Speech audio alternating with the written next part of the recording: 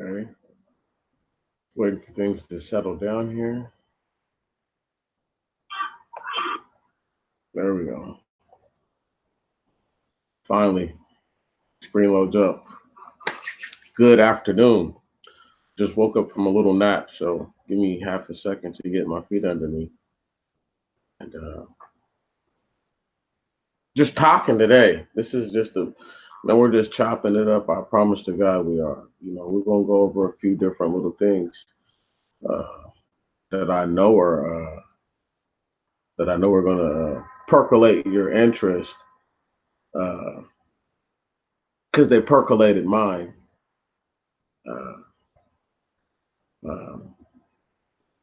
So a couple of days ago, we sat down and we spoke about during the weekly update. We'll call it the wet fabric. And what was funny was I knew that there was just a little bit of time until the whole fallout from Trump came out. And already people half-minded don't realize that they've been calling to impeach this dude since he's been in office. So what does a report that ultimately concludes that he didn't commit collusion. He may have did some other shit, but they're like, he didn't do that.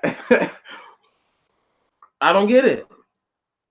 I don't get what people think there's nothing coming from it. So I'm not even going to talk about it. I wanted to, but what I wanted to show you guys about the whole situation was just how, like, there are groups within the group that are jockeying for position. The other day I was talking to really good people out here, my boy Brandon, and he was kicking it with this dude who argued with this chick. Now, mind you, when you go hang out with somebody, you expect to have some of their undivided attention, so that way you guys can share stories or whatever. But he said this dude argued with this chick for like an hour on the phone. And so he was like, what's that about? And I was like, bro, I said, unless he was really just raging the whole time, I said, what happened is that this dude was jockeying for position. You understand? So he might have got angry and did all this stuff, ultimately just to tell the person, I'm not really angry with you. I'm just angry about this, or this. So they can take that I got angry. They can't take that I'm angry at you. If you get what I'm saying. So the person he was dealing with, they could handle being angry at the situation.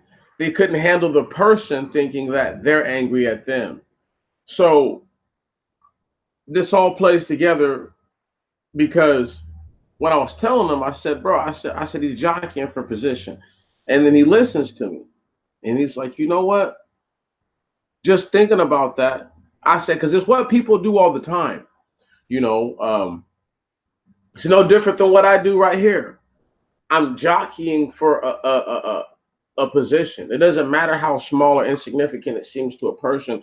It's to put myself in a certain place to make it to where whoever's going to claim one thing, I've already made my counterclaim in another direction. You follow me? So a person can come and try to say, oh, they're going to build the wall for this reason. It's just for political clout, this, that, and the other. But I've been saying that they're going to build the wall for totally different reasons. I can't find the article. It was a beautiful, beautiful article. And I will look for it, but it was a beautiful article about what's going on right now in the border towns and how some of these border towns are handling the situation. Like, I can't stress to y'all, Mexico had a record number of people get killed last year. Record number. It's fucking crazy. It was like 22,000 people.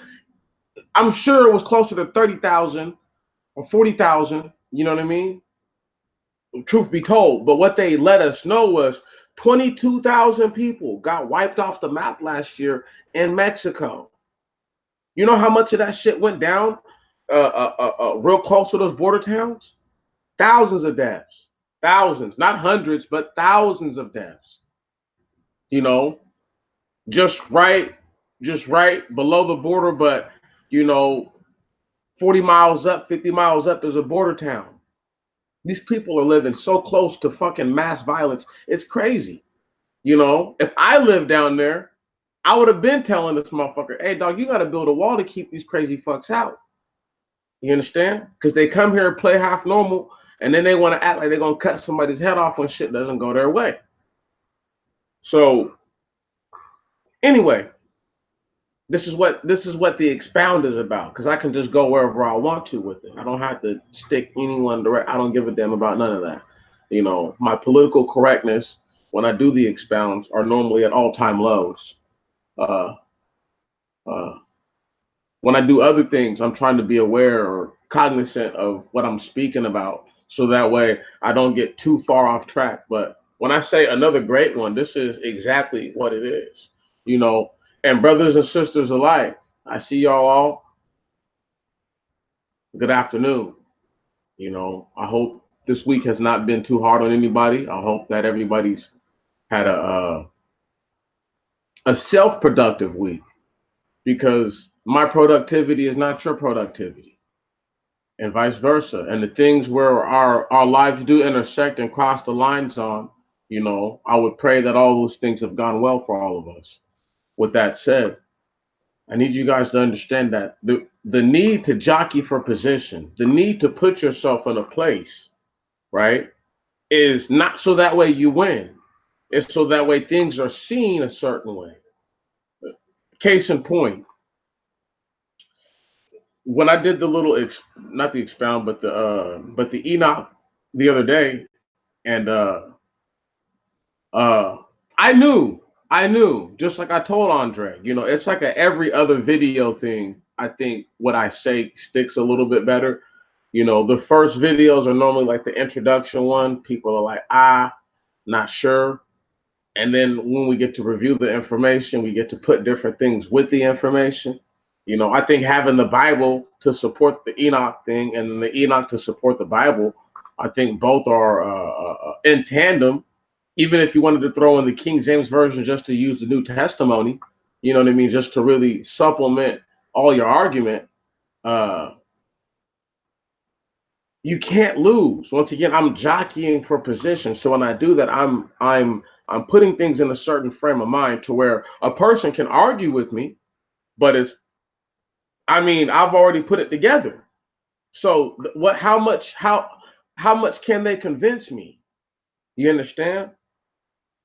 This is my whole point, is that if I get their time just to get them to listen for a moment, it's not about me proving anything to them. It's just my position, showing them where I stand with all of this. Right.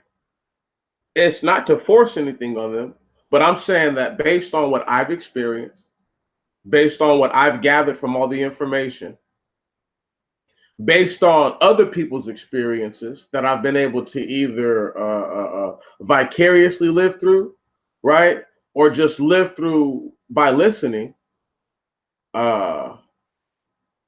it's for the benefit of understanding where I come from. If a person can understand me, they don't have to agree, but at least they knew exactly what I was trying to say, and they're not confused. There's no confusion, and that's where I'm aiming to be. That's the position I'm jockeying for, is to be understood. I understand that when I say things, sometimes people don't understand what the fuck I'm talking about. I'm slowly getting better about that. Slowly getting better about that.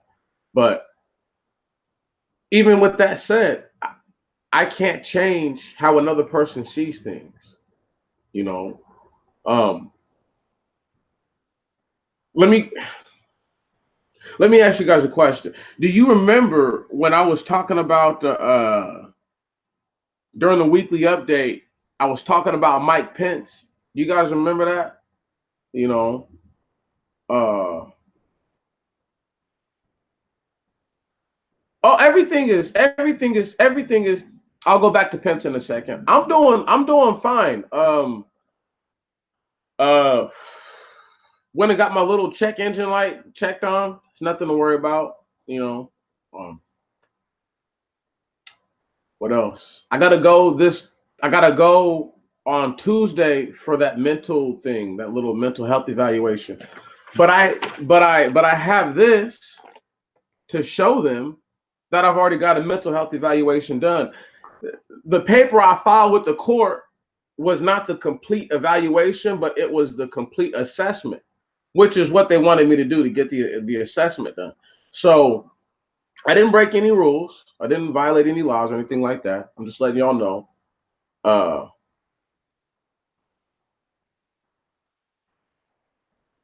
oh, you're funny. Thank you for clarifying, sister. But I mean, my mom used to always get on me about that as a kid. You know, like she used to be like, just because you understand it doesn't mean I understand it. That's exactly what she used to tell me, you know. So she'd be like, you can't go around here thinking that everybody knows what you know. And I mean, like my mom used to get on my ass about it because I always assume that everybody knows what I know. And that's not being rude. I just assume that they know already because you can't doubt or you can't assume. It's not good for me to assume what you do or don't know, but it's safer for me to say that you probably do know than you probably don't know, just to give the person the respect, you know.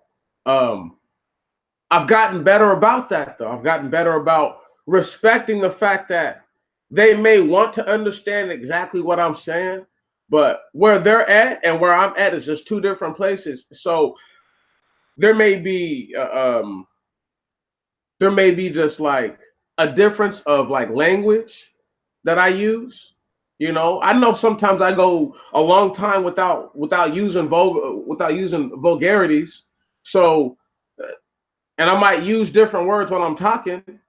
Uh, but I don't I don't mean to get anybody confused. You get what I'm saying? And so, and this is I mean, but this all plays into what I'm talking about is we're all jockeying for a position. Everybody is. There's not a person, not one person, even a bum, even a homeless person. They're jockeying to be homeless. They're like, I'm I'm gonna be more homeless than the other guy. If that's what's in his mind. Or he's gonna be like, I'm gonna look less homeless than the other guy, but he's still homeless. He's still jockeying for a position. Doesn't matter how. It doesn't matter where you apply this to. You see, and I didn't say that you were competing with anybody, but you are placing yourself. You are attempting. You are competing with yourself more or less. You know. So as this competition with self winds down, I'm like I said, I'm getting really, really, really, really good about it. I've got an explosive piece ready for you guys in about 3 or 4 days. I give it 4 days the longest. An explosive piece. I'm gonna blow the lid off this whole. It's gonna be called White Heaven, King Khan, dot dot dot. Because I can't think of what else to call to go with it, but I know dot dot dot will be appropriate. And in King Khan, I just have to go over this narrative we've been given our whole lives. Once again, this is the white man jockeying for position within our minds. He has jockeyed for position successfully into getting the black man into believing and the black woman into believing that though during slavery, even though right now there's no edifice to this based on the number of relationships that we see that he was forcing himself or allowing women to become his concubine who were of the slave population, therefore creating what we call the mulatto, right? Or the mixed breed, the half caste, mestizo, whatever you want to say, right? But the point is this: when they jockeyed for positions. Once again, a very successful campaign, because they've gotten black men and black women to believe so much so that this was a narrative that happened, that it's create once again, the wedge between black men and black women over this issue is powerful. There's as I would say, people who were comforters to the conquerors, and there were people who were resistors to the conquerors. And the people who were resistors, the women who were resistors, they don't appreciate the narrative that they just laid down and took it. I can appreciate that, and I totally understand it, and I agree with what they're getting at. But the comforters were so great in number, those who placated didn't have to be raped, willingly went along with this. Those people are the only reason why, where in which this narrative has any life to it. Any. Because if that wasn't the case, what I'm going to expose to and show to you is that the mulatto thing comes from the loins of a black man slave and a white woman, for the most part, by and part, through and through. This is something that they don't want to talk about. And the reason why this is so important is because when I touch on the scripture about it, right? Because there's some scriptural stuff to this. Once again, I'm jockeying for position too, as I do all of it. But the position that I'm jockeying for is to show you guys that what happened during slavery was actually the increasing of their numbers that was never spoke on. This is why I talk so much about the Civil War being how they thinned out the ranks of them, because the black men and women who were procreated with white people, those children had already created enough white-looking people, in essence, to carry on. They didn't need all of them. Once again, their society wouldn't be a white society right now.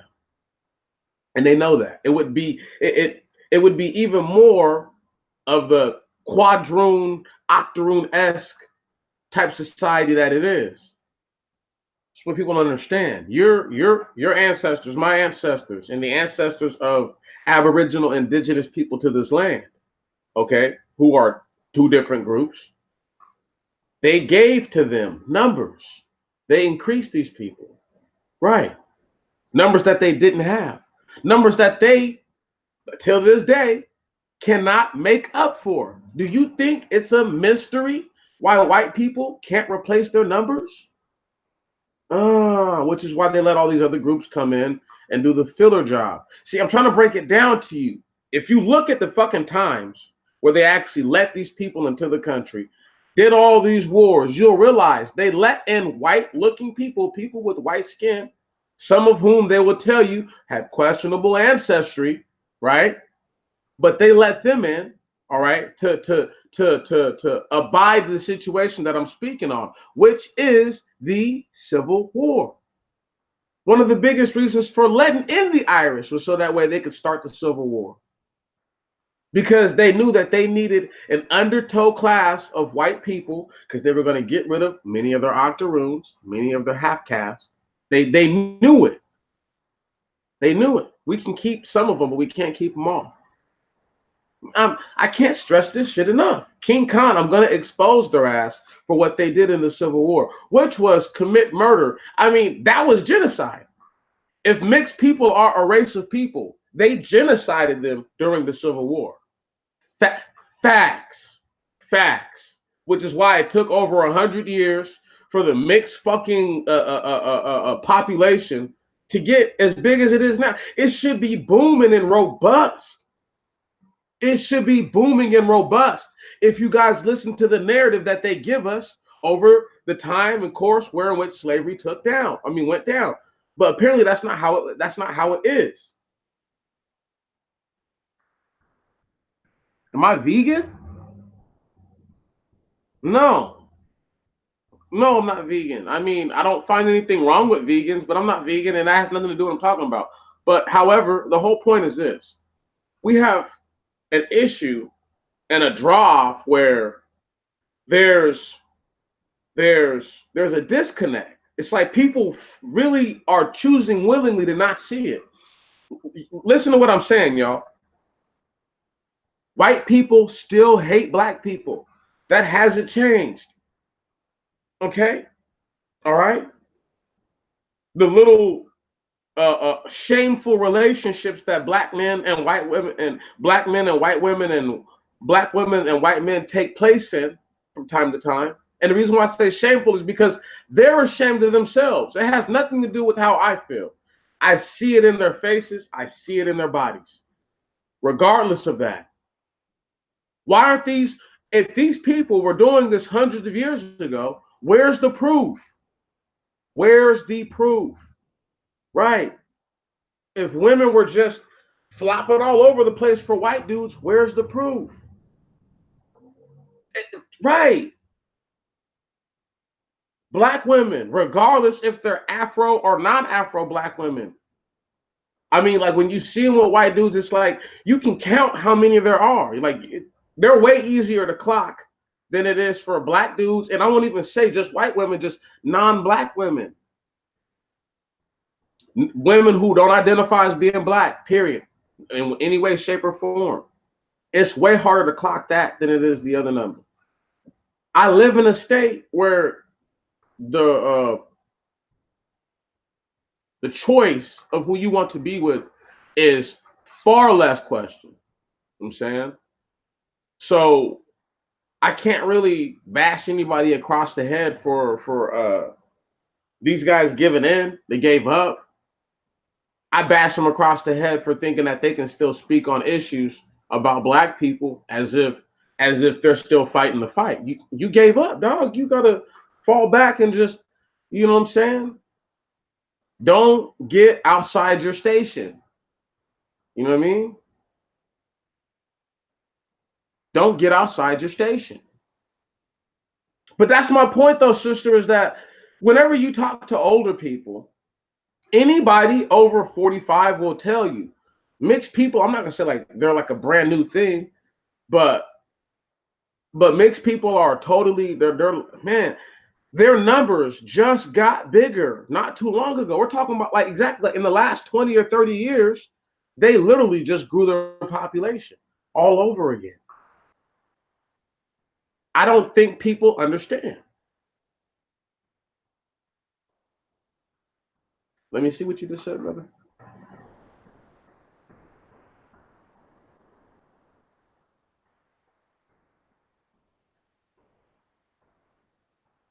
Yeah, but I mean, I'll talk about jungle fever in a second.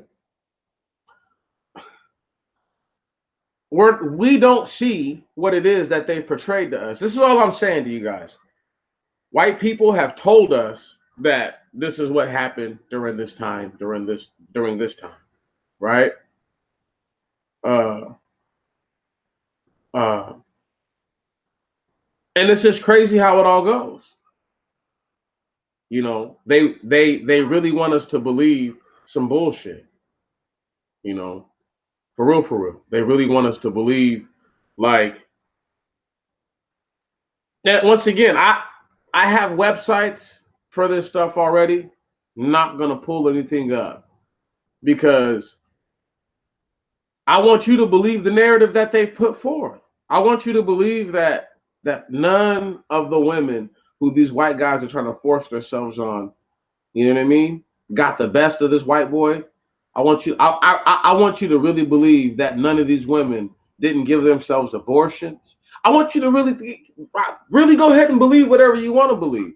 If you think black chicks get abortions now and don't give a fuck, you think a chick gave a fuck about a white dude's baby back in the days of slavery?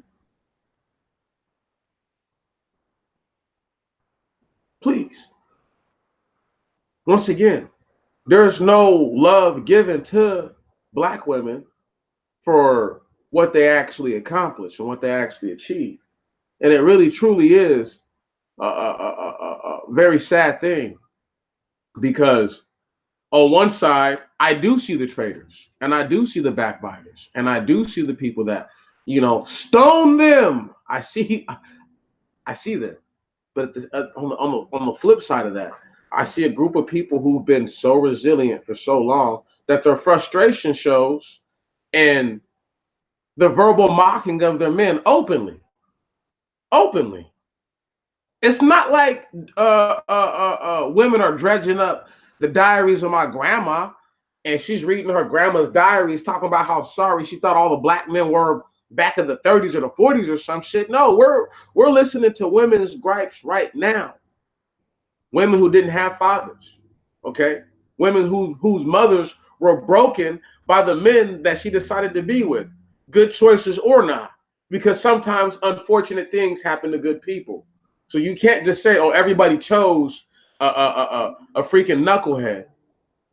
All right, and those Pookies and Ray Rays that that people love to shit on all the time. See, the reason why I can speak on a Pookie and Ray Ray situation is because if you were to know me years ago, I'm talking about just a handful of years ago, you'd have been like, "Oh, this nigga's a Pookie or a Ray Ray for sure." That's what you would have said about me. So when people talk about the situation, I really can't appreciate it because they've never been through nothing. Okay? They've never been through anything. And they have the audacity to speak to a nigga I'm a veteran, thank you very much. My father's a veteran. His father's a veteran, thank you very much. Okay? So when people call you something, don't even respect your accolades, where you come from as a person, it builds up in you a giant amount of fuck you. So you have one side where the women are like, man, fuck you niggas, because y'all think we all sold out and laid down for these punk ass white devils. And then you have the other side where the men's like, yo, fuck y'all bitches. Because guess what? You did do that. Like I told you, there's enough of them, there's enough women who did the fuckery for dudes to even say what they're saying. If it didn't go down like that, there'd be nothing to say. Right. But people want to be mad because I can tell the truth and shame the devil. I have no problem doing that. If I look crazy to them at the time saying so, so be it. So be it. I told you guys, there's so many things I can't stand about this punk ass dude Trump, but I understand that this dude may be playing a crucial role in biblical prophecy. I have to respect the position that he's in right now and hope that he does everything that's going to get my black ass up out of here, or at least put me in a better position to be getting up out of here. I don't care. But once again, this is me just reflecting on the majorness of our situation, because black men and black women are never going to get along in this country. As long as the atmosphere is that a woman can make her own money, she will never get along with the black man. That's number one. Number two, as long as the black man has sexual access to other women, he will never full all in go after black women ever again. Right. Right. When you have those two dynamics, the ultimate fuck yous on either side, playing at a record pace, it's going to be a stalemate. It's going to be a stalemate. You're going to have a small pocket of black people who want to be with black people. You're going to have a larger group of people who think, oh, well, no one can put a color on love. God made everybody.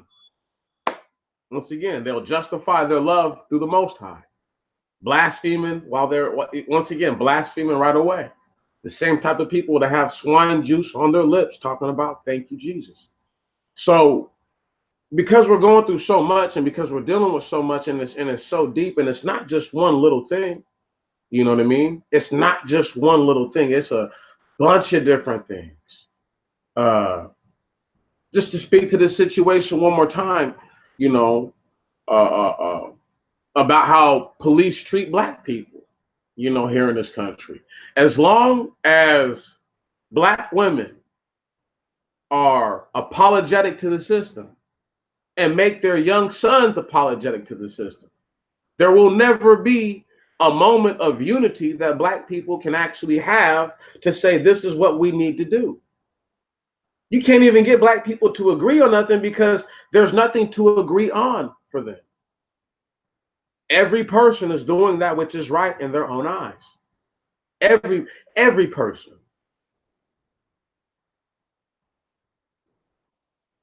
Because a person will say, for me to be reading the scripture or the white man's Bible, right? Even though the white man didn't write it, he just translated and transliterated it. However, even though he didn't write the word, and those aren't his statutes in the book, because I may follow those statutes or abide by them, a person will say that I too am doing the same thing. When I could argue that I'm not, but I would rather just capitulate and say, okay, yes, what I am. So what? But that doesn't change the fact that you still can't get on chord, because whatever I'm doing that's right in my own eyes is what's right, that's dictated in the book, and its rightness, as far as what's right or what's wrong, are clear. They're very clear. They're not unclear. There's unforgivable wickedness that is punishable by death. There are other things that are sinful that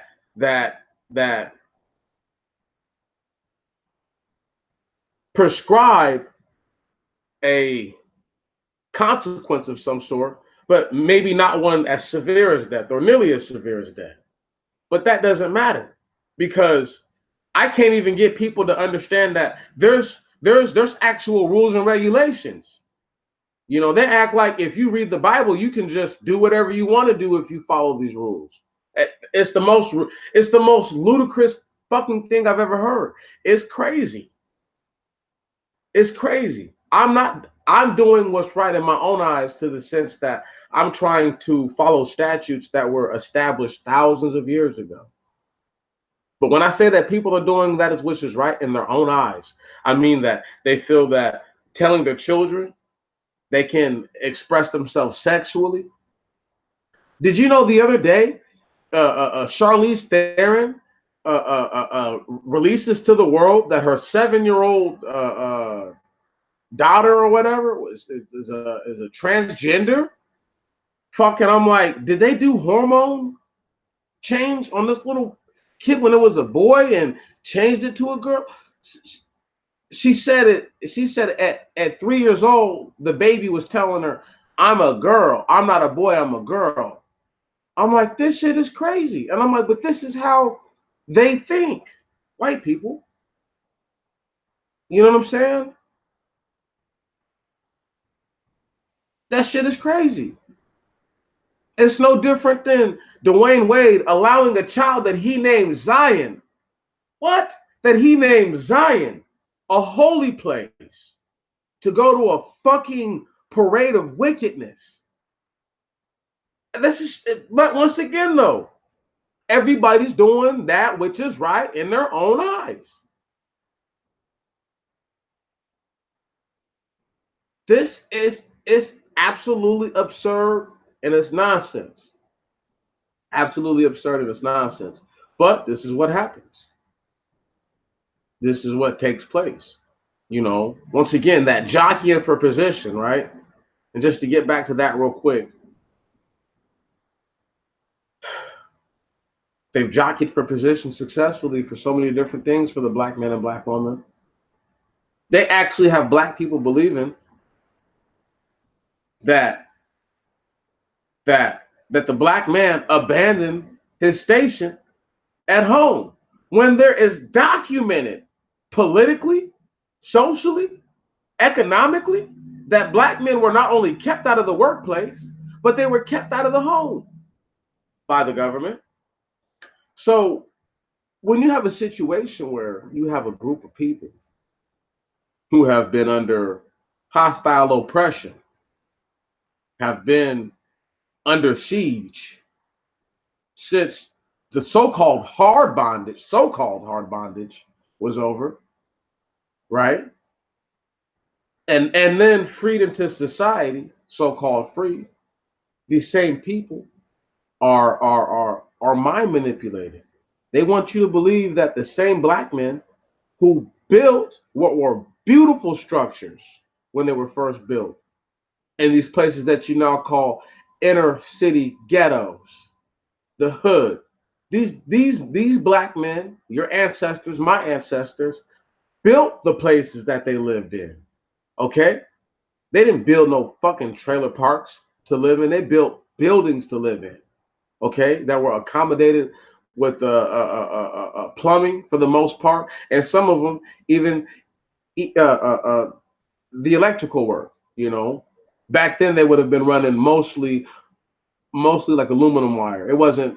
I forget the exact year that they found out that copper was much better to use than aluminum, but I couldn't tell you. But I know it was after the I know it was like after the 50s, maybe even after the 60s. It took them a long time to figure out that copper was better to use than aluminum. You know,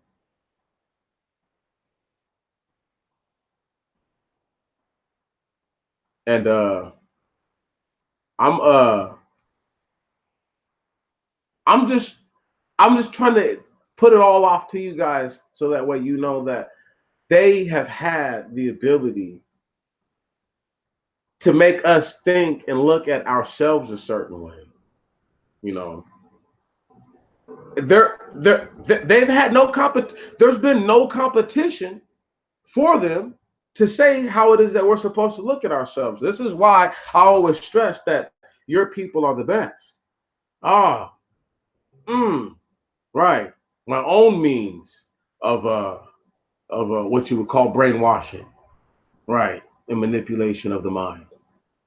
Because if you're going to believe something about yourself, I'm going to have you believe something that is tangibly true, that we can prove with evidence. The facts, as they would say, facts. Because without those, you see, you have a baseless claim. Now, they have a whole bunch of things written on paper, but the fact is that white women, for some odd reason, love black men. Way more much so than black men love white women. This is a fact. This is a fact. Undeniable one. So true that when you guys hear me speak on how rare it was for a white woman to go and lay up with a slave, you have to understand, where do you think he raped me came from? Huh? Where do you think the whole hyper aggressive, hypersexual aggressive Negro came from? Can't trust these niggers around nothing. Fuck a goat. You guys don't understand. They say so many foul, vitriolic things about your people. You really don't know. You know, some of you do because you're old enough to know. But the youngsters, they've been indoctrinating you guys, you know what I mean, for years to think that, slavery was kind of honky dory, it was just a couple hundred years of a few slaves got whipped, a couple got their foots cut, only by the abusive, oppressive masters. No, no, no, no, not by the good ones, you know. Because and all of slavery, there might have only been 10 actual really good slave owners ever, and I actually mean that over the hundreds of years of of all of it. And I'm talking about people who gave land to their slaves. Some of the first people to actually give black people power, by the way, were those honest white people. Those same honest white people who I would say had questionable lineage because some of their lineage was traceable back to the Black Moors. So once again, this is why it's so deep. This is why the whole situation is so deep. This is why the whole situation is mind-boggling, and it baffles me that I feel like out of all these people who are speaking on this YouTube platform, and once again, many major people will come here and listen to the Expound. They will. They will. Sometimes they're the ones who just come and show up and leave. You understand? Uh, they'll tune in real quick because they'll come back to it later, or they'll save it in their little playlist or whatever. I'm dead serious. I'm dead serious. There's one that I would speak to, but he likes to act up. You know what I'm saying? Somebody calling me. I'll have to give him a call back a little bit later. They'll have to wait. But there's one that the last time I actually said his name and said it in I wasn't even being rude about it. I don't think. I just said that that I just don't normally agree with everything that he says and his general stance on things. Uh, uh, and Guy said that name dropping is like the refuge for the stupid. So I don't want to drop his name and then seem stupid all of a sudden to anybody. But most definitely, this character who has a pretty good following he'll tune in. He can't help himself. I'm magnetic, y'all. In real life, I'm much more magnetic than I am online. That's why, like the whole idea of subscribers is it's not asinine to me, but it's like, it doesn't really speak to who you are as a person. These guys have millions of subs, hundreds of thousands or tens of thousands of subs, and motherfuckers are more plain than a boiled egg, you know, and it's like that. You know what I mean? They can't help themselves. They were born like that, but people like them and their online presence. Like my bro Brandon was saying that Little Duval, even though I don't like Little Duval, I didn't even know that he said this, but this is true. He said that he said, that people lie in real life. He said everything like that is like 10 times worse 10 times worse online. People can make up who they are, totally fake it, right? And it's a beautiful thing, you know.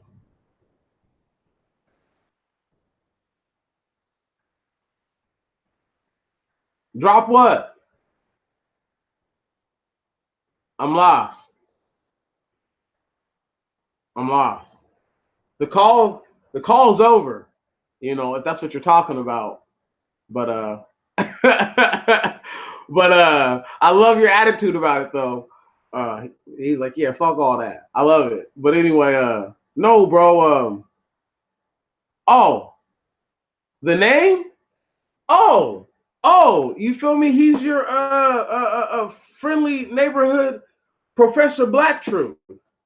And if you guys don't believe me, man, um, you guys can go back. This is no joke. This is no joke. Go back and listen to some of his first videos talking about reparations, right? And you think I'm joking? Okay, bro, this is true fucking story. I don't know what it is. He comes around and he listens to my shit, bro. He has to. He talks about too many things that are way too closely correlated, right? To what I like. Like I'll talk about things and I'm like, he'll use words that I'm like, bro, there's no fucking way. There's no way, you know. Um, but like in one of his videos, he comes out of nowhere because at first he was talking about how reparations are only for the children, of slavery and this, that, and the other. There's a video before that he doesn't give an actual monetary amount. You know what I'm saying? You're funny. Stop. Stop. he sounds he sounds like a dude who failed at being white and now he wants to really be a nigga. But he could really have been a down nigga his whole life. I don't know. But he don't sound right to me. Just listening to him, he sound like he needs some protein in his life. You know, but anyway, my guy, he says some shit like um, we're starting at like 20 billion or like 20 trillion dollars. Listen, y'all, listen, listen. If you guys go back to that very first time, I forget what fucking video it was, but I was like, shit, I need like a trillion to myself while I was sipping on the beer. I'm about to get a beer right now.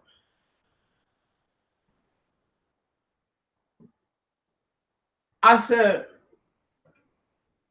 with a beer in my hand, laughing and giggling, right on. I was like, I need a trillion to myself. And I'm dead ass serious.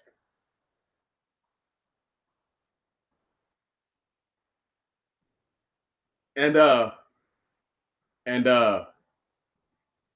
He didn't have a monetary value. $1 trillion for me. I know people are like, nigga, you're tripping. There's millions of us, dog. Nigga, you're talking about bankrupting the world. That's exactly what the fuck I'm talking about. Bankrupting this whole bitch. The whole planet Earth owes our people. And they owe the Aboriginals, okay? Everywhere. All right? And they owe anybody who's indigenous to the land that was victimized. Fuck them. That's how you owe but you owe my people first. First and foremost. Everybody else get the fucking line. Everybody else get in line. If their hair don't stand up and it lays down, tell their monkey ass to get in line. I don't care how wannabe Afrocentric they are, none of that shit. People who look like you put on for the whole world. Okay, your ancestors put on for the whole world. All right, all of us have somebody in our family who did something that they were the first black person to ever do it. Everybody. Some of us are the first people as black people to do some of the things that we've done in this life.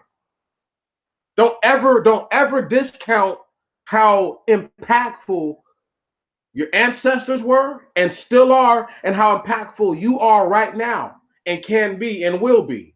See, this is the problem. Once again, I'm jockeying for position so that way in your mind you elevate yourself just a little bit. Yes. If you are the descendant of Abraham and if you are an Israelite, that means that your ancestors did sin against the Most High God. All right? Own up to that. But while you're owning it, go ahead and own all those beautiful things that he told these people. I'm going to give this tribe this blessing, this tribe this blessing, this tribe this blessing, and so on. But more than anything, the Most High said that his people are never far from him, ever. So as long as you are looking for the Most High, so you can't ask somebody to come into your heart. It doesn't even sound right. The message of the so-called Jesus dude is diametrically opposed to the entire Old Testament message of searching for the Most High. Right. And while you search for him, wisdom should be one of the things that you seek to obtain. Right. See, once again, I can't break down every little thing that I know in one conversation. You know, it's already enough that people don't think I know what I know. It's already enough that I swear to God, if I had a college degree, you know, motherfuckers would be like, oh, he knows exactly what he's talking about. But because I chose not to go to college, because I choose not to enamor myself with any form of debt that I don't see or feel being able to go away easily. Now I'm the bad guy. Right. Because I'm trying to, you know, encourage my young brothers who may be in college right now, that as soon as they get the certifications they need, please go and get a job. Once you get a job, save your money and then open up a small business. Right. It's nothing. It's nothing. Get online. Go to how to open up a business in this city, whateversville, USA. It's not hard. But because these people who are jockeying for position in the minds of our brothers and sisters don't even have the basic etiquette to tell them that. Won't even tell them that. Right. I've been trying for years to get my stuff off the ground while I've been going through obstacle after obstacle after obstacle. People would say that, well, what you're going through is self-imposed and self-inflicted. And I would ask them once again, so at what level of being black do you not stand up for other black people? And for all these Pan-Africanist guys, right? See, this is why these Pan-African dudes piss me off, because I stood up for an African dude. Look what it got me. Nothing but trouble. Standing up for them is going to get you nothing but trouble. Don't do it. If they won't stand up for themselves, if they won't stand up on their own 10 toes, as these dudes like to say, hold their own nuts, fuck them. No. Bullshit. I'm sitting here watching myself go through the motions. You know, I got in trouble the other day at work for doing this. was talking and I punched my hand while I was talking, they were like, "Whoa, whoa, whoa! What's with all the aggression?" Like, once again, it's like we can't even talk. You know what I mean? Without motherfuckers getting upset and getting sensitive, becoming like wet bread, becoming like wet fabric and shit. It's horrible. It's horrible. But this is why I speak to y'all the way that I speak to y'all. This is why I say what I say about these dudes. You know, uh, uh, who are out here. And once again, I don't mean to be saying stuff that gets you guys going. You know what I mean? But we deal with a crazy ass society, and we deal with even crazier people. You know, if the society's crazy, you know the people are far more vicious than the society is, and the society just being the traffic lights, the smoke, right on, the cracked holes in the building. I appreciate y'all so much. This is the best part of my whole entire week. You know, I'll be working at work, right? Pressing out these bags of straws, dealing with the machine. And I'll just be like, man, I can't wait to figure out something to talk about. Like I was laying down and I was like, you know, I'm gonna run this by, I'm gonna run this by, I'm gonna run this by him. And then I get up and I just scrap all that shit. I just scrap all that, fuck that. You know, we're gonna come to the first thing that comes to mind. Because that's the problem with people. You know, I'm not, I'm just a man. So I don't have to have everything worked out. You know, on top of that, I'm not in charge of any resources. I'm talking about viable resources like water, platinum, nickel, all that stuff.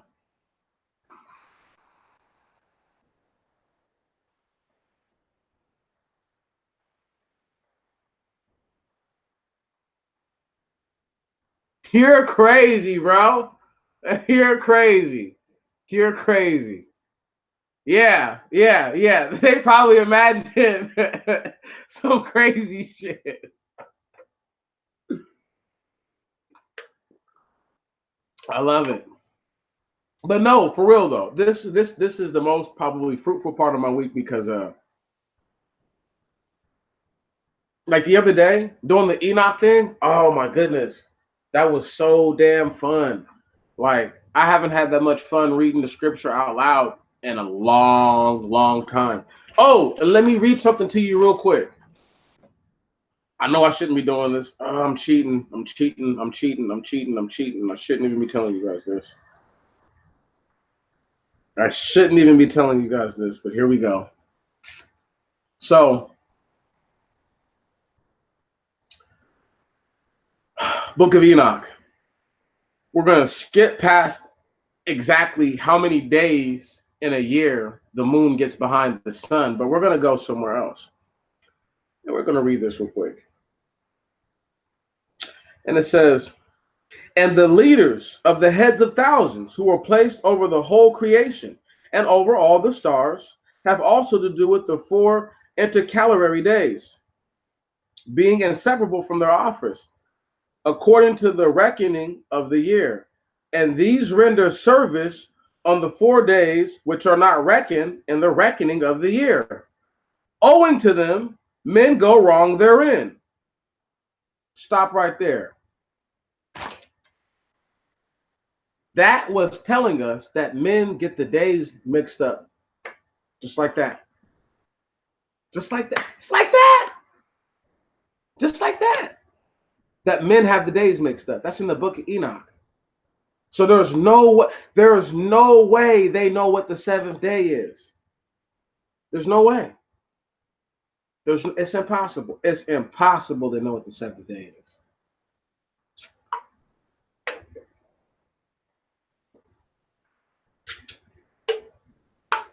Once again, Enoch is not a man anymore. He's an angel thing talking. He's been translated. So when he says that, he's speaking on his understanding before as a man as well. Come on, y'all. This is what I'm trying to say, man. There's too much going on in that little book. I can't even get boggled down in that right now. But that's what I'm saying. Stuff like that. Huge, huge, Monumental. You know, maybe not as big as Peleg and Pangea, but close in the level of monumentalness. You know, Pangea Peleg is like no soul humans. Is like Adam had a wife before Eve. Is like Abraham was a triplet. You know, like there's some pretty monumental events within the scripture that if they go overlooked, if they go unappreciated and unacknowledged, surely a person will be lost. But we're going to get outside of the scripture now. We're going to get back to the physical base thing that we live called life. And in life, I just want you guys to do a couple of things for one another. If you already don't do this for one another, is to continue to be forever encouraging to the positive energy it is that we all put out. We're attempting to be the best that we can. We are. So when you guys pray for me and I pray for you, just like, you know, I can't stress it enough. Everybody pray for Martin. You know, pray for his stomach in particular. Pray that there is no surgery needed. You know what I mean? Pray that the Most High does what he can do. That no other man, no man can do, no angel can, what he can do for Martin. Do that. You see what I'm saying? I can't stress to y'all enough. A prayer is the highest level of an affirmation, positive or negative. Let me repeat myself. A prayer is the highest level of an affirmation that one can commit to. Period. There is no higher affirmation than a prayer. There is not one.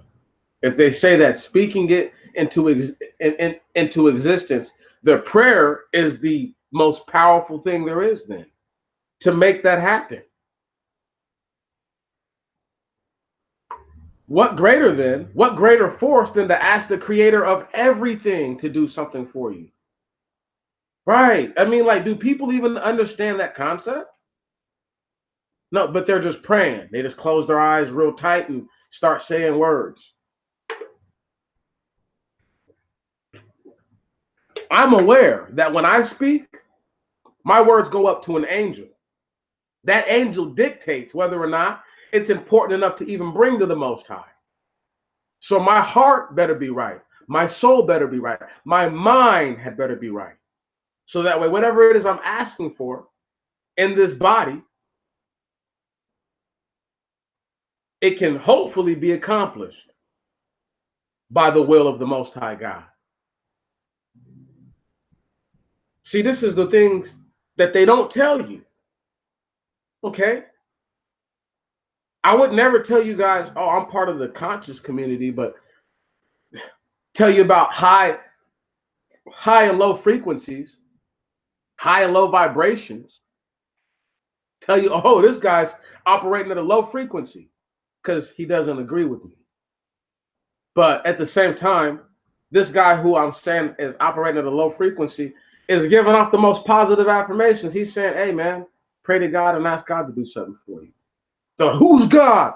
God is the name of a devil. God is the name of it. And it's like, see, the fact that they would try to distort the holiness of the Most High, just because they understand that the Most High's name is not God, does not mean that they should try to diffuse a person's hopes, right? And once again, their positive energy by saying, well, there is no God, you're God, putting in their mind a false perception. Because if they were God, they wouldn't be in the position that they're in. There'd be no need to pray if they were God. Right. But I don't make sense because I'm telling you to put out the most positive affirmation that you can. And then when you do that, do all the work that goes into the affirmation. If you ask the Most High God, you say, God, I want a brand new car. But you work a job like me where you don't make very much money. But you're like, you know what? I still want a brand new car. Now, I don't, but I'm just speaking to it. So you say, you know what? I'm going to save my money. And as you're saving your money and saving your money, and you get about halfway to where you think you need to get to, right? And it's going to take you a while, you see, because you might be getting paid just a little more than minimum wage, but you might be in a feasible living circumstance to where you can actually still save some money. And it might take you months to accrue the funds that might only take another person weeks to accrue the funds. Grading system. So while you have to work longer, you're not working harder than they are per se, but you are working longer to eventually achieve the same thing that they've achieved in a shorter period of time. But the satisfaction is no less. It's no less. The satisfaction that a person has when they buy their brand new Bugatti, right, is no different when they're famous than when they're not famous. Okay? Because the numerical amount of money that it takes to get that vehicle, unless one person has a favorable circumstance, is probably the same. You see? So don't get caught up in it's going to take me longer to achieve the same thing. That's okay. It's okay. Sweet, sweet, sweet victory is what you're waiting on. Can you dig it? And these people who want it to come fast and don't know nothing about the slow grind, those are the people who fall down the first. It happens every time. Happens every time. You have people who say they want fast money, but they know better.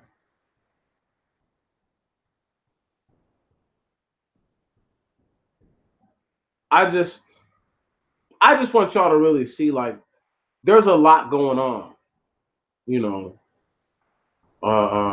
with your ability to be patient. And I'm just using a car. I'm just using a vehicle. I didn't use a house or the business. But if let me explain how you would start a business, and I'm gonna give you real viable numbers, so that way you don't think I'm bullshitting. Let's say to start your business costs $10,000. I'll pick a state outside of Washington. Let's say where you live, the minimum wage is only $9 an hour, $10 an hour, and you're making $11.50, right? But your rent is $700 for a two-bedroom apartment, and you don't get very much overtime. So at 40 hours a week times, let's say 1150, right? It's a little over 400. So every 2 weeks you get what is your rent. So one check you get rent, right? The next check is a little bit of money to play with. Uh, uh, I would say this right here. I know $10,000 is a lot of money to save to. So the best thing to say is every other check, you need to save $250. It's a must. So that way, every 4 months, you have $1,000. So that way, every year, it's $3,000. So that way, I know it's going to take 3.5 years. It's going to take 3.5 years. See what I'm saying? But that's okay. Because that's 3.5 years of you doing the research to figure out, number one, is this business what I really want to do? That's 3.5 years of you doing the studies to understand what are some of the most common things to go wrong with the business when people first started up, to understand how much it's going to cost you through the tax and licensing, to understand all the different divisions of business affiliates you may have to deal with as you get the business started, right? So obviously there's tax and licensing. Let's say you wanted to start I don't know. Let me think. What's a cheap one? Let's say you were just starting up a clothes shop, right? And You're filthy. You're like, man, I can stitch anything, from leather to vinyl. I'm filthy. And I only say that because I had a cousin who, before her untimely death, that's what she was doing. And anyway, so you want to open up a clothes shop.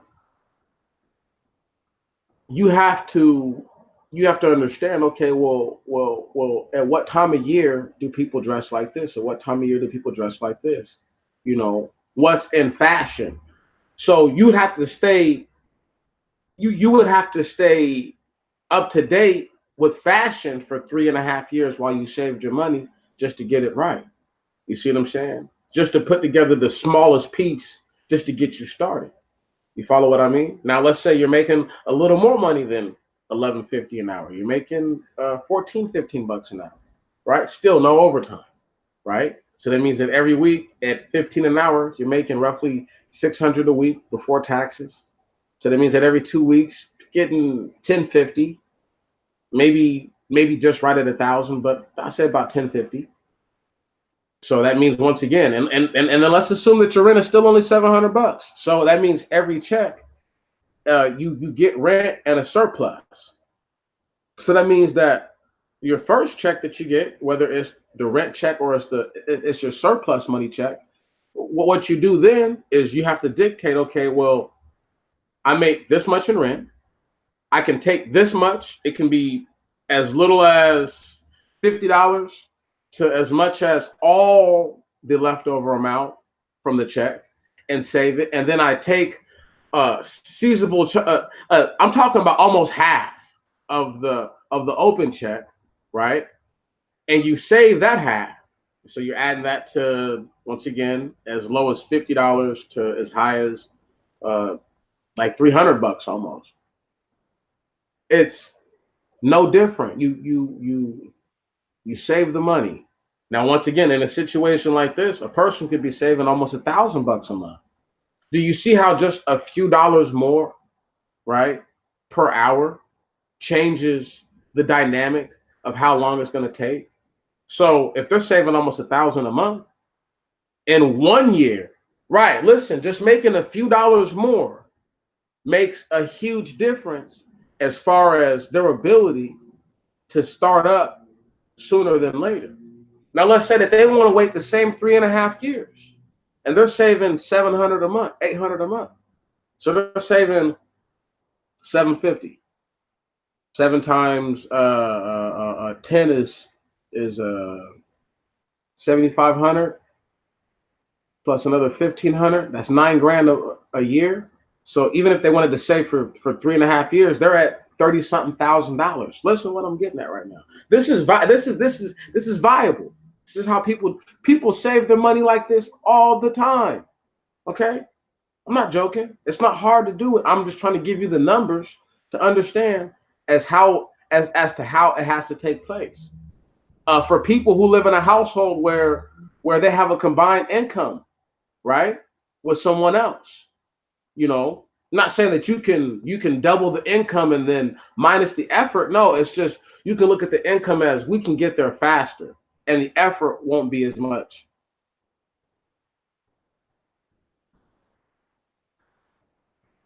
Yeah, it does take focus and commitment, but it also takes favorable circumstances. A person who spends all the money they make on rent is not going to be able to save. Therefore, the viability of them ever opening even a cheap small business is unlikely and it's unrealistic. So I'm not speaking to somebody who, you know what I mean, is like struggling just to pay rent month to month because they don't make enough. I'm speaking to somebody who has the ability to still save just a little bit of money per month, while they're living their regular life. Because God knows that unfortunate things happen that take up your funds. But God also knows that good things happen. So as long as people can respect their station, once again, don't get above your station. You know what I mean? I can't, Man, I can't stress it enough. There's so many people out here who like to get outside of what they're supposed to be doing. You know, I'm in my station. I don't go around here and uh I guess like boycott aggressively people who I feel are robbing black people of their hard-earned money, uh, even if they give it up willingly.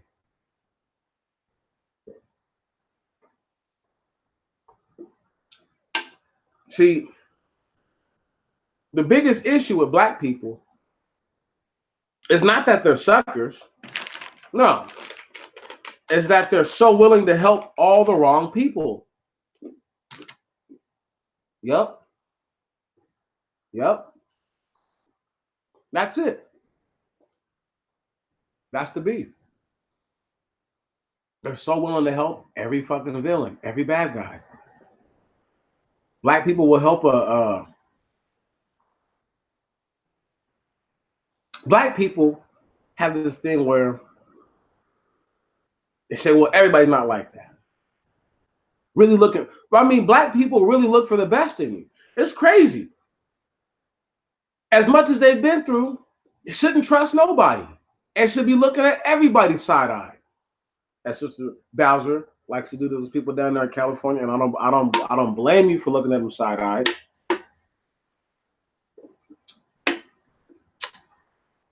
That's how they should be getting treated.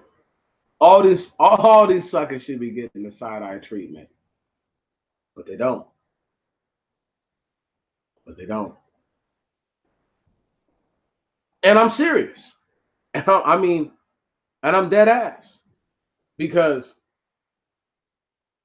all too often, like, let me give you one. I live in an apartment. I don't live in a house, but I don't live in a dirty apartment. You know, where I live, in the side of town I live, is a nicer side of town. But it wasn't always a nicer side of town, but it's a nice side of town now. People get mad that I know, who I know in my real, like people that I deal with, get mad at your boy for living over here. You know, oh man, I can't believe you live over there. Man, you need to move back to. And neither one of these places are no real bona fide hoods. But when people come here from actual rough urban environments, Tacoma is the city that they like to be in when they like to get that little hood feeling, right? You know, it looks like home. That's what they always say. They always say it looks like home. It feels like home. I don't know why. And I'm talking about, this is cats from all over, cats from every corner, every spot in the U.S. That's where they come. They come here to Tacoma, right? And I would never go to the hood spots where niggas want me to be at, because there's nothing happening over there. Unless I can bring a business, a small little business, to one of those hood spots, I have no need to be there. Want to know why? Because I don't have anything to offer you. And I want to offer you something. I'd rather offer one or two of these dudes a job, right? So that way there's hope for these one or two guys. So that way the other people they know get the idea that, okay, there's hope for us. Maybe, once again, we put our money together, we save, and we open our own thing like this.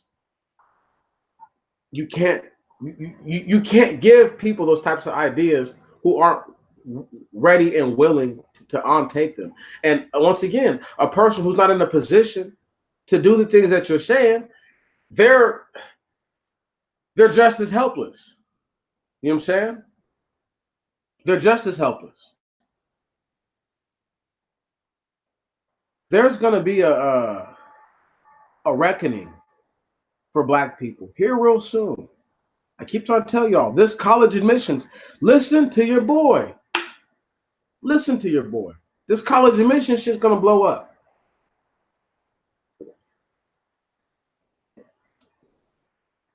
When I say blow up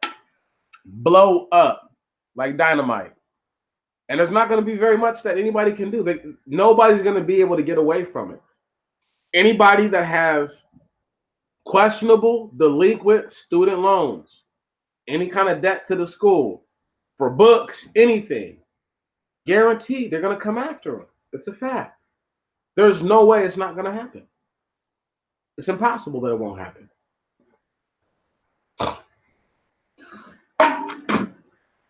I read to you guys the other day about my guy, Bruce Isaacson. What up, bro? I read to you guys the other day about Bruce Isaacson. He's giving them up. He's about to give up people that they don't even have. You think Lori Loughlin won't do the same? This chick has pled not guilty. Everybody but her has pled guilty. Now you got one little small group of snitches who are they've made it. Oh, bro, this is just an expound, big bro. Every once in a while, I just talk about stuff, and I don't stick to any one little single subject. I just bounce around. I touch one thing to another thing to another thing. That's why it's called the expound, you know. And this one being another great one, because I don't normally expound for longer. There's old expound videos on my page that are 20 minutes, 30 minutes. I don't normally go much longer than that. So when I, go for an hour or better, it's a great one, because whatever is being talked about is going to have a level of grandness to it. Whether people appreciate it or not, you see what I'm saying? Totally beyond me. I can't make someone like what I'm laying down. I can't make them love it. All I can do is hope that they understand what I'm saying. Can you dig that, bro?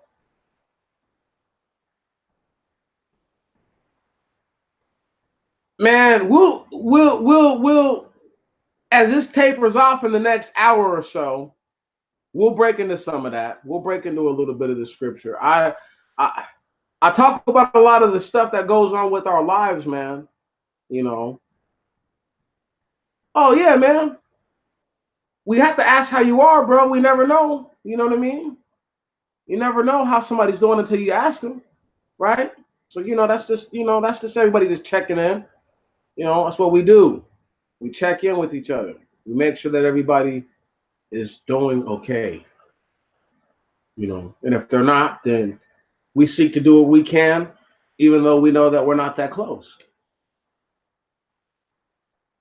So again, positive affirmations. I was just talking about this not too long ago before you showed up. A positive affirmation, a prayer. There is no more positive or negative of an affirmation than a prayer. You can be no more positive with words than with a prayer.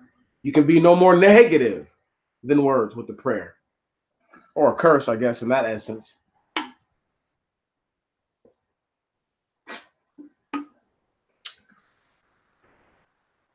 The gospel, brother.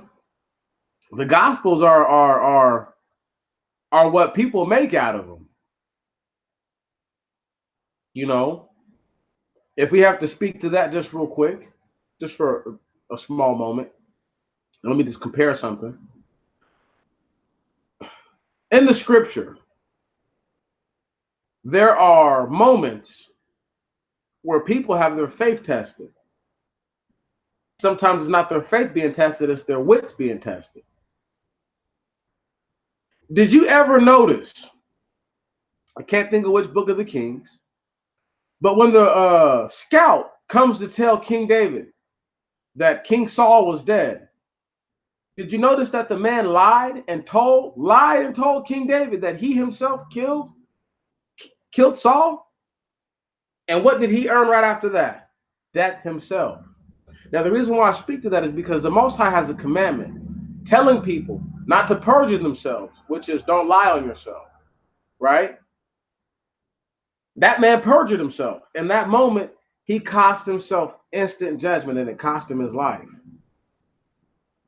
See, this is why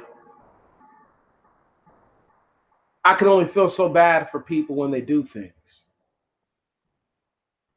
The reason why I say that is because there's this guy named Paul in the New Testament who says things that he should have been held accountable for.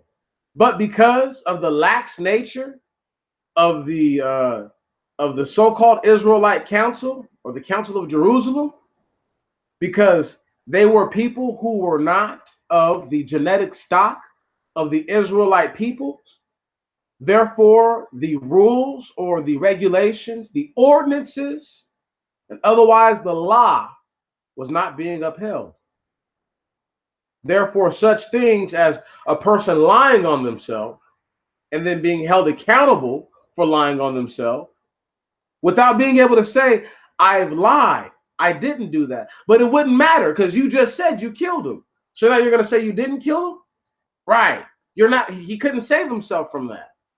As fast as he said what he said, he had doomed himself for death.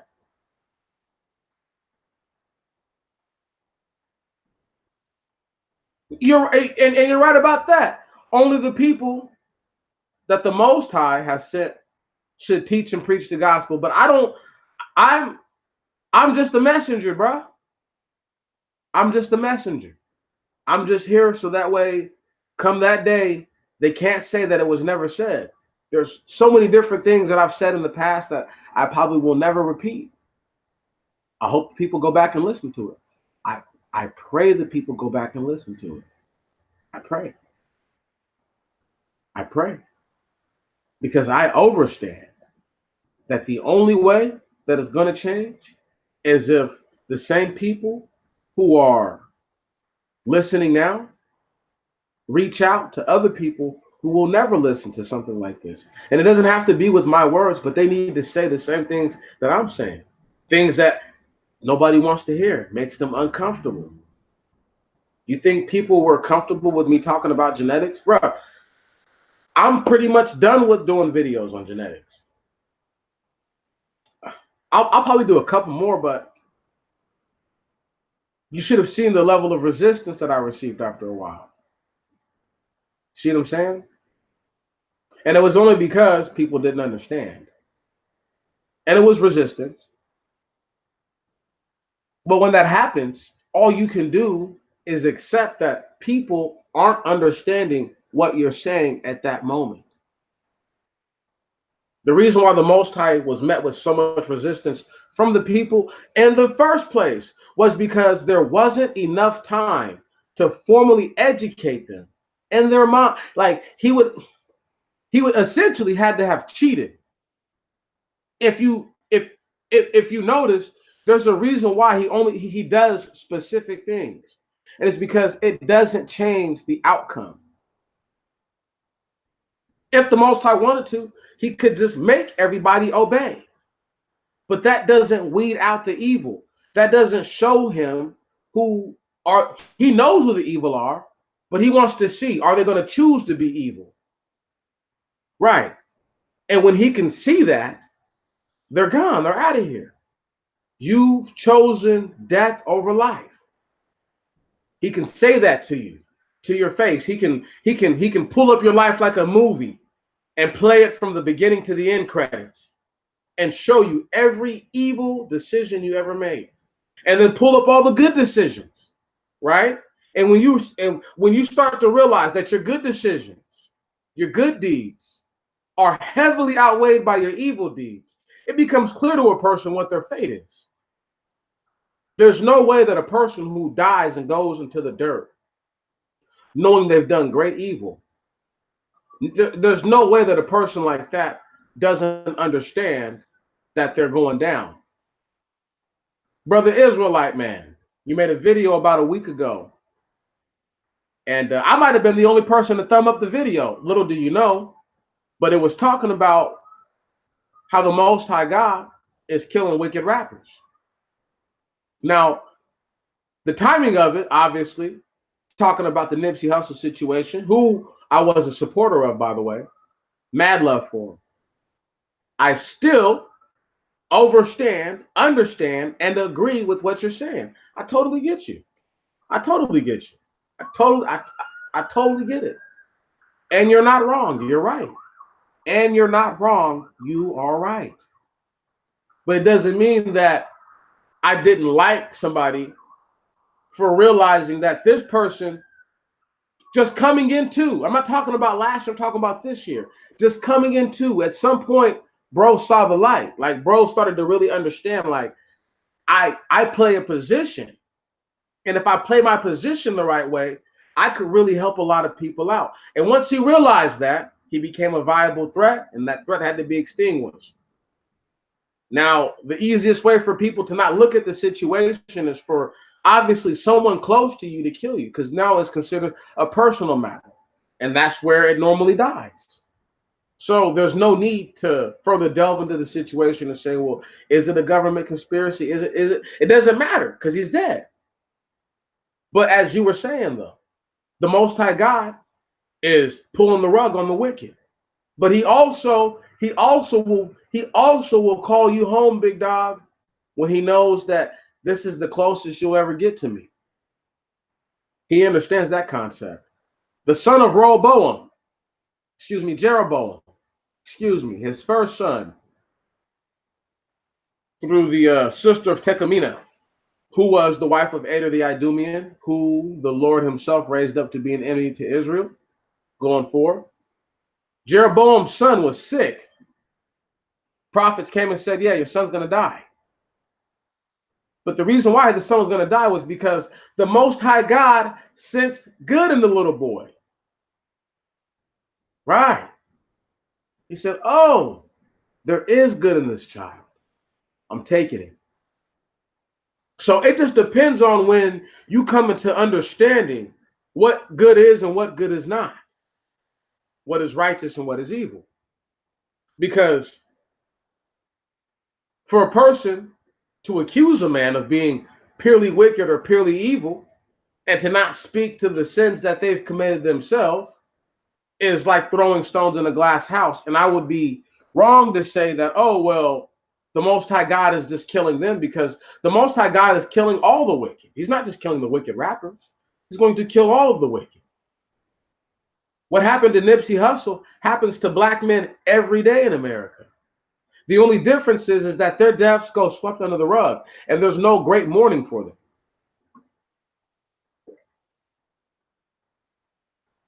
This is truth. I lie not. But like I said, though, bro, what you said was not wrong at all. But there's a time and a place to label a person wicked, especially when they've already paid the ultimate price. I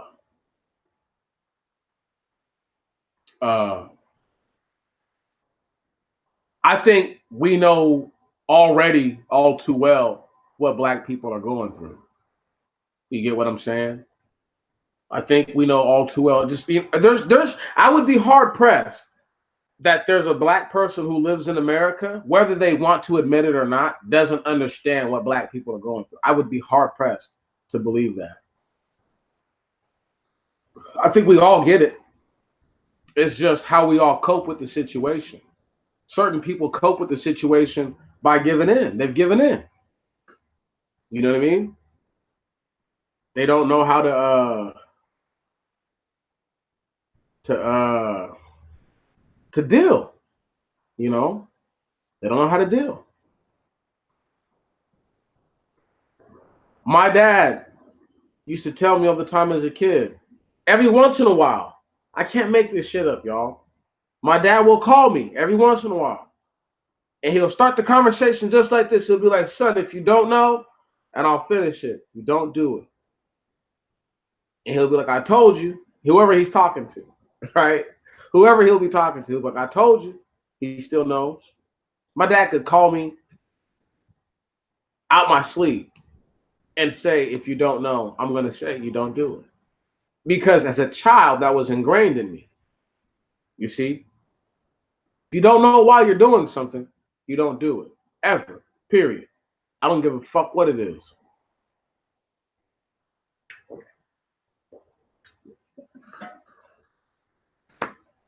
Don't make the reason complicated, but have a reason. Don't be doing something for just no reason, y'all.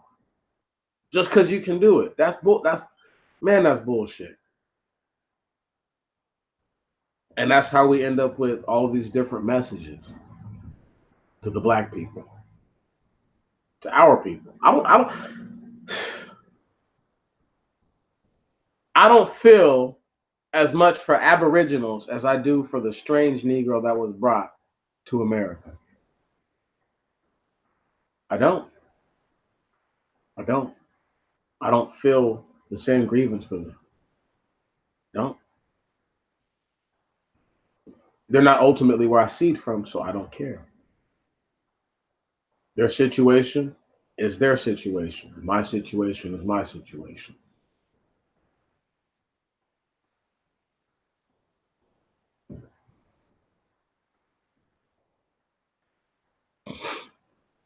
Hell can do whatever it likes, big dog. So long as I don't go there, it can do whatever it likes. I'm not tripping. And that's the truth.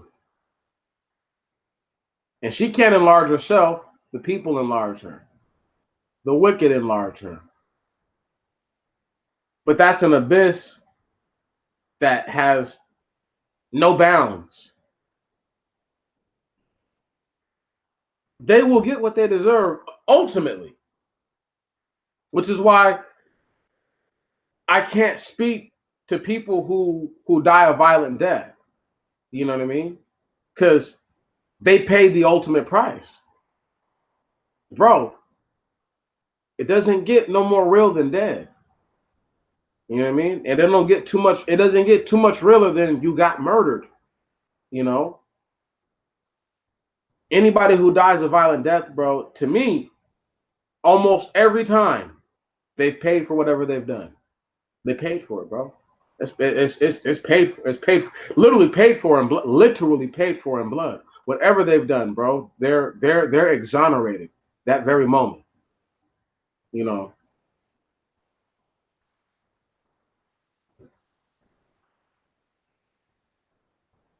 I hear you, big bro. I'm with you, man. We have to reach out to ourselves, though.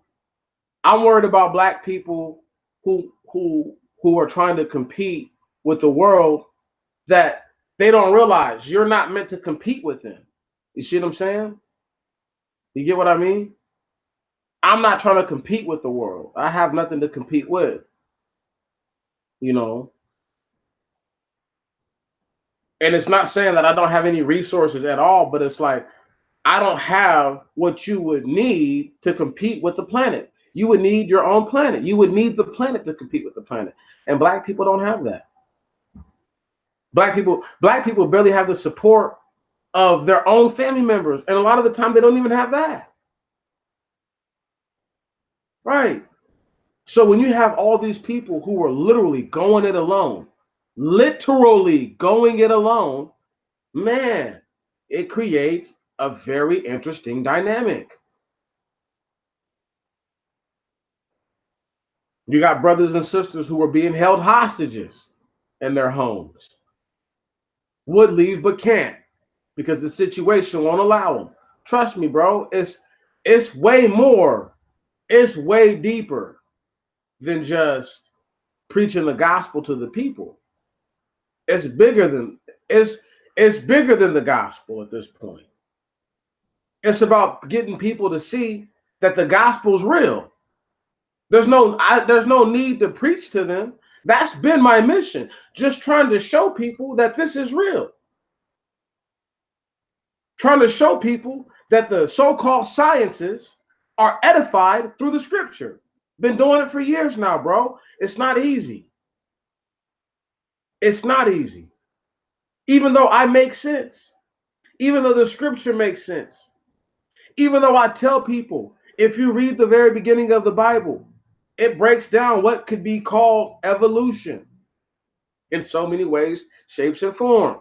Just not the evolution that we've been taught to believe.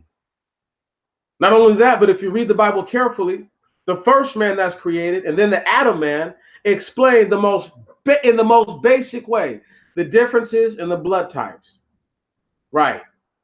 You're not going to tell me that one being who is made out of an unidentified substance, unidentified, and then another being that's made from the dust of the ground. Okay? You're not going to tell me that when one guy gets cursed to death, listen, I'm talking about Adam, that he has to be reminded he came from the fucking ground. Right. And is his sin because he inherited the spirit of the Most High? No, it's because they disobeyed. Right. So when you talk about Genesis chapter 6, verse 2 going down, and you talk about the Most High God telling the giants and the angels, like, yo, your sons, the giants, aren't going to live but 120 years because their mothers are human women and their flesh, and my spirit and their flesh won't commingle together, can't strive together. That's a whole nother different punishment. Did he tell Adam you were going to live 120 years? No, he just told him all the days of his life he would live in sorrow. Thorns and thistles would the earth bring forth to him, and that he would eat his bread like, come on, man. Totally different instances. Totally different. Trying to explain to people how not Demetrius Antoine Jones, but the Makuzi Indians said that they crawled from up under the fucking earth. That the Hopi Indians said that they crawled from up under the fucking earth. Can you dig it? That people in Africa called the San Bushman people crawl from up under the fucking earth. That people all throughout India and China crawl from up under the fucking earth, dog. But don't nobody want to listen. But I'm tripping. But all these people say this about themselves, but I'm tripping. So don't worry, big dog. It's way bigger than teaching them the gospel. It's way bigger than that. It's showing them that the scripture was explaining the environment that we're living in right now. Why would the Most High God tell Noah that reptiles are good to eat? Then just a few thousand years later, they're no good to eat. But now you can eat things that bleed. Come on. Come on. How many people ever perceived that the feline, the house cat, and the weasel, right, and the ferret were considered reptiles? Who can tell you that? But a dude who's been dedicated to correcting himself and reproving himself. Every time I'm wrong about something, I'll say, hey, you guys, you know what? I was saying this right here before. I was wrong. I messed up. And I correct myself, and I just keep going. When I started this journey, bro, going on 4 years ago, one of the craziest things ever. See, people don't even realize I had just a year before that picked up the Bible and started reading the Bible again. And not even was crazy into it, but I was into the Bible. I told people when I first started, I'm just learning all this stuff all over again. I'm just getting reacclimated.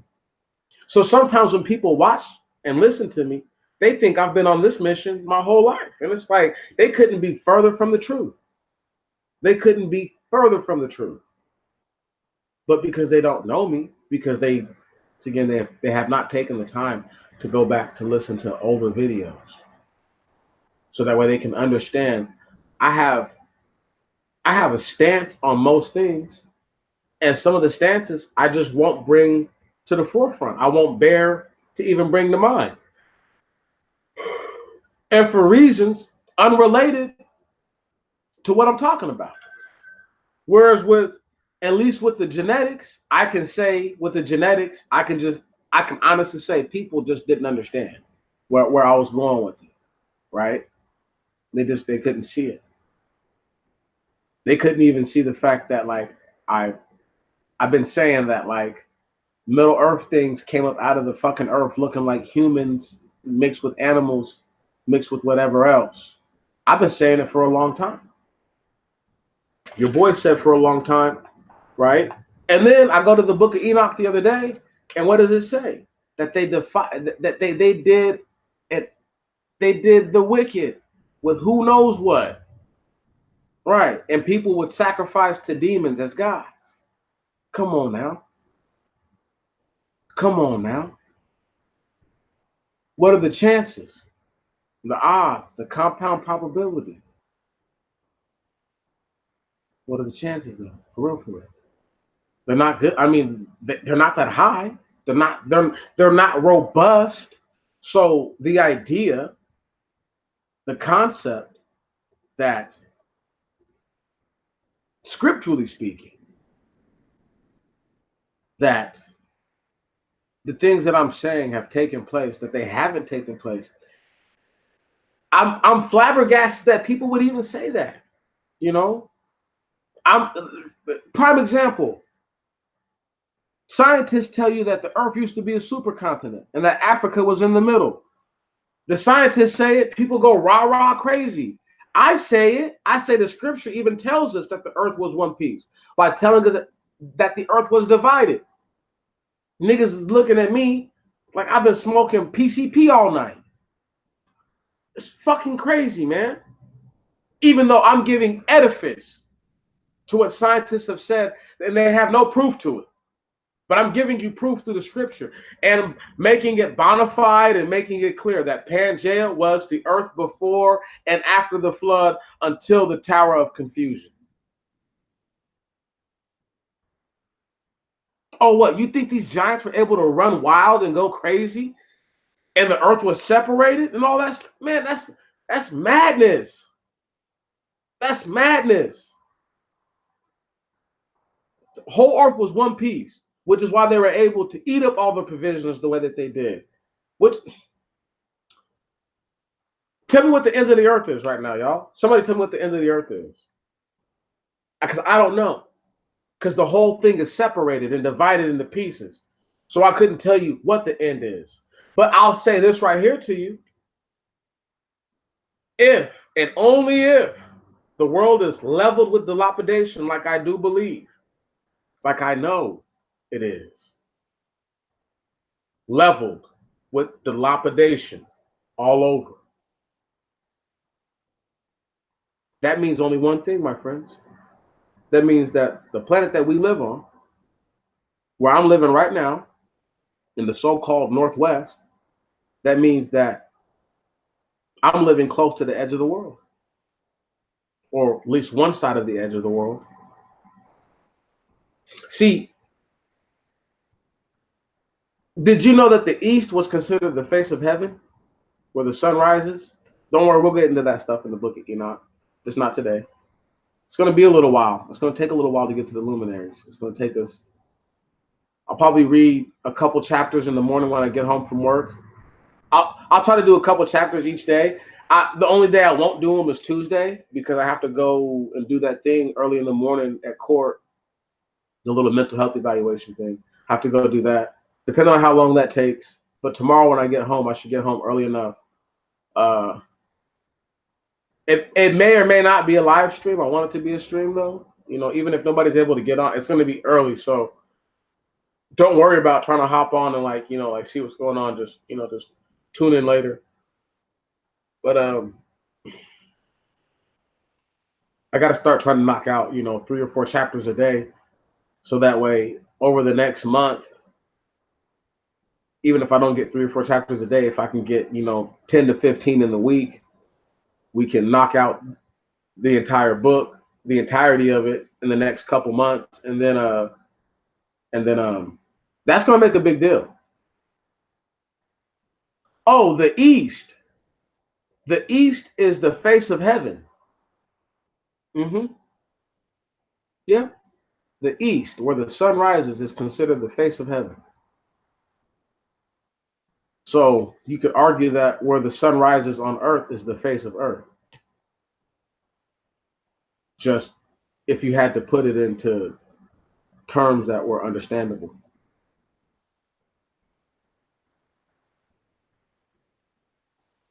There are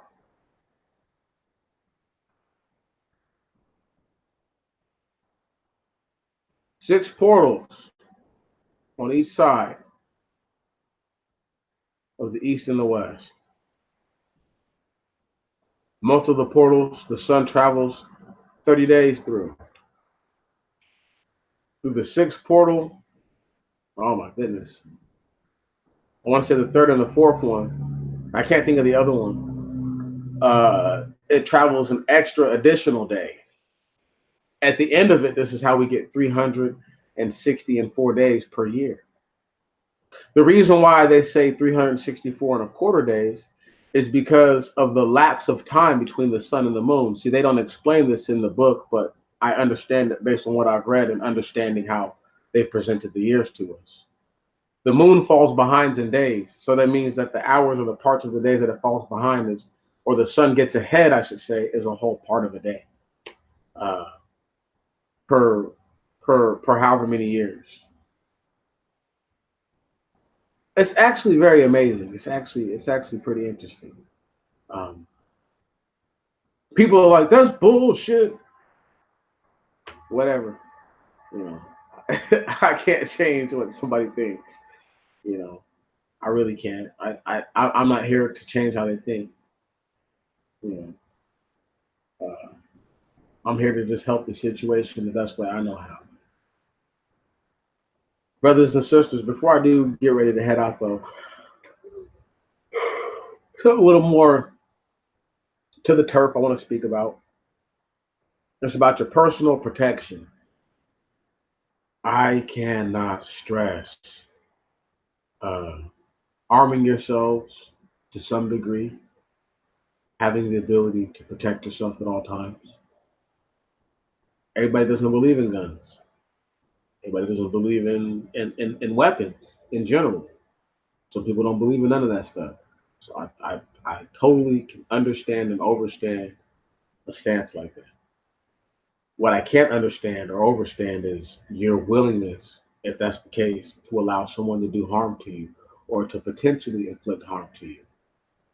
I'll never understand it. When that Jesus guy said to turn the other cheek, he meant that if you even gear up to slap me, if you even blink the wrong way right now after I turn the other cheek, I'm gonna show you why I turned the cheek in the first place. Because I always I will contest this to the day that I die. He's like, you didn't mean that. I'm thinking you were tripping, pimp. So I'm gonna turn my face to the other side because I think that you just had a major lapse in judgment. Major, the most major you've ever had. So let me just make sure you were fucking tripping. Oh, you're not? Okay, I get to thrash you? Good. Okay, oh no, you were just tripping? Okay. All right. Take a seat. Yeah, take a seat. Trust and believe. The whole point of turning your cheek is for that. And so that way you can bust their fucking head wide open if they even act like they're gonna do something. Right. I must have I can't stress it to y'all enough. I say this all the time though. The turning of the cheek is not so that way you play pussy. Excuse my language. It's not so that way you play sucker.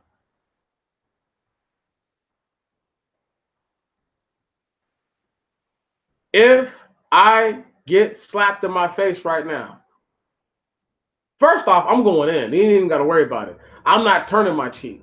You slapping me was like me turning my cheek. But if there's a situation where I could think of like somebody getting out of pocket and tempers flaring and maybe things has got like a little out of control or whatever, yeah, you turn your cheek to be like, yo, bro, you won't do that again. Right. I'm sure you're tripping right now. I know you didn't mean that. So when, once again, if you get what I'm getting at now, right, right, it's for the sole assurance of trying to make sure that they were actually tripping. No, they meant to slap the fuck out of me. Oh, okay, all right, you meant to do that. Okay, cool, cool. I got you, dog. Don't trip. I know people want to be like, oh man, that's bullshit, bro. Blah, blah. No, no, no, no, no, no, no. That's how it's going down. My brothers and sisters. Let me stress something to y'all before I head on out the next 6 minutes now. Small unit cohesion. Talk about this a lot now. We're talking about it more now than ever. Small unit cohesion. That's why we're going to win. Because we pray for one another. Right on. When I think about the righteous and elect, I think about the called and chosen, I think about you guys. That's what I think about. I'm gonna think of people that I don't know, think of people that I do know who in my eyes, because everybody's doing what's right in their own eyes. And to me, based on how you are living, based on how you seek to live, just based on how I'm living, based on how I seek to live, we all have a common ground, which is seeking the creator of everything and wanting it to embrace us as we are and to fix us. But until we get to a level where we can at least once again agree that that's what we're trying to do, and black people can't agree that they're looking for the creator, because that scares them, because then they have to get their act together. Right. And so long as they're not looking for the creator, they don't have to get their act together. They don't have to get right. You need to understand, they know this. The dude that smokes crack on the street, you ask him who the Most High is. The next time you guys are out there, ask the homeless dude who was the Most High. You think they don't fucking know? They were calling him the Most High before these guys on the internet were calling him the Most High. They've been calling him the Most High their whole life. They didn't just start calling him that. He's been the Most High to these people.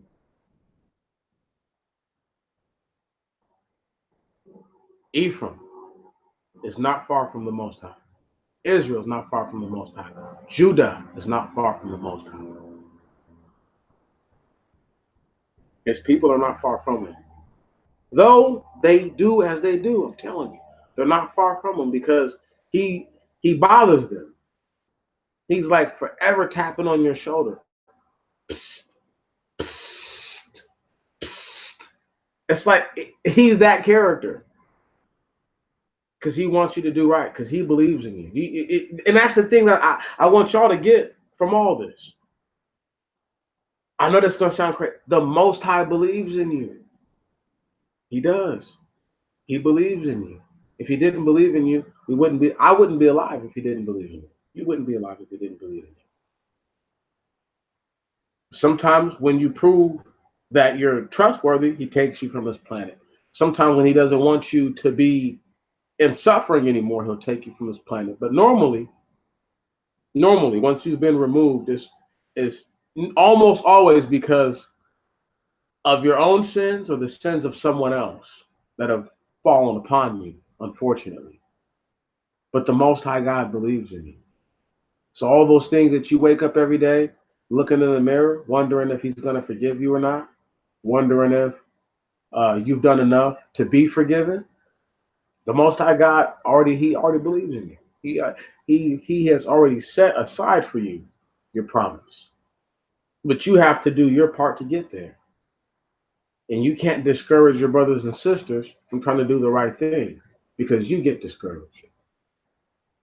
You can't be a negative force multiplier. That is not okay. There's other brothers and sisters, as I end this out, who are going to listen to this, who are going to go back and say their own things. See, they only half believe. They want to believe in themselves. But here's my problem with people who only want to believe in themselves is, what have you proven to only believe in yourself? Do you live on an island all by yourself with your small army, your own private army? No. You live in America, subject to the same rules the rest of us are. Hoping to God that you aren't the one that the law decides to fuck with. Yet you have a plan that's going to supersede and somehow override the racist ways of the society. I doubt it. Highly doubt it. There's a reason why homosexuals and the like aren't welcome around here. There's a reason why people who want to pander to mixed people aren't welcome around here. I tell you, I tell anybody, love him to death. My dude Ethan Garrett, his mom is black, his dad is white. He can't represent you. He knows he can't. He can speak up for himself, but he can't represent you. And that's just what's fair. That's just what's fair. And he knows that. If he was here, I wish he was here so I could address the situation. But he shows up sparingly. But he knows he can't speak up for you because ultimately he doesn't seed from where you seed from. Right. So he can only speak to what he knows, what he's experienced. That's it. That's it. J. Cole is not your representative, people. Drake is not your representative. Chris Brown is not your representative. Colin Kaepernick is not your representative. And all these other non-black, wannabe black people, okay, are not your fucking reps. Anybody who doesn't want to be black and has black blood in them is not your rep. Just because they use the nigger word does not make them your rep. Okay? You don't think Fat Quadroon Boricua is like fucking Fat Joe? You think he's your rep? You think he can speak up for black Puerto Ricans? He can't because he doesn't have a fucking idea what it's like to be black skinned. Maybe to be Puerto Rican if you get treated funny because of that, but not for having dark skin. Okay? That'll never be his fucking complaint. Ever. You get it? These people can't represent you. They're not your representatives. When you decide that only you represent you, only you can say what your condition is, only you know how good or how bad you're doing. When you decide that I can choose for myself what to believe, and no sorry bastard is gonna choose the discord for me, choose what I think for me, but I can't even see your fucking face. Coward motherfucker, please. You will never choose nothing for me. Can you dig it? Never. I'm me. I've been me. I've been willing to show my face for forever. When I didn't have the technology to do so. Once again, I started with a little dinky ass phone. They don't respect that. They came in here already with capital, resources, things like that help you. I came in here with just an intent to help my people. The best way I know how. The only way I know how. Brothers and sisters, I'm not sharing none of this nonsense articles that I have pulled up. I've had such a better time just talking to y'all. It has been excellent. Got about an hour before I got to get ready to head on out to work. So I want to get everything all situated, get it all proper. If I don't do the live stream in the morning, don't worry. When I get home, I'm just going to take a nap, get up, then around 2 or 3. It'll be a quick little 40, 30-minute, little joint. Just reading some chapters from the book of Enoch, breaking them down, and leaving it at that. White Heaven, King Khan, that is coming. Oh, I can't wait. I cannot wait. Listen, y'all. It has always been an honor, and it will continue to be one. Salute you. May this week be better than last week, and may tomorrow be better than today. I appreciate you. Love you very much, and y'all have an excellent rest of your day. All right.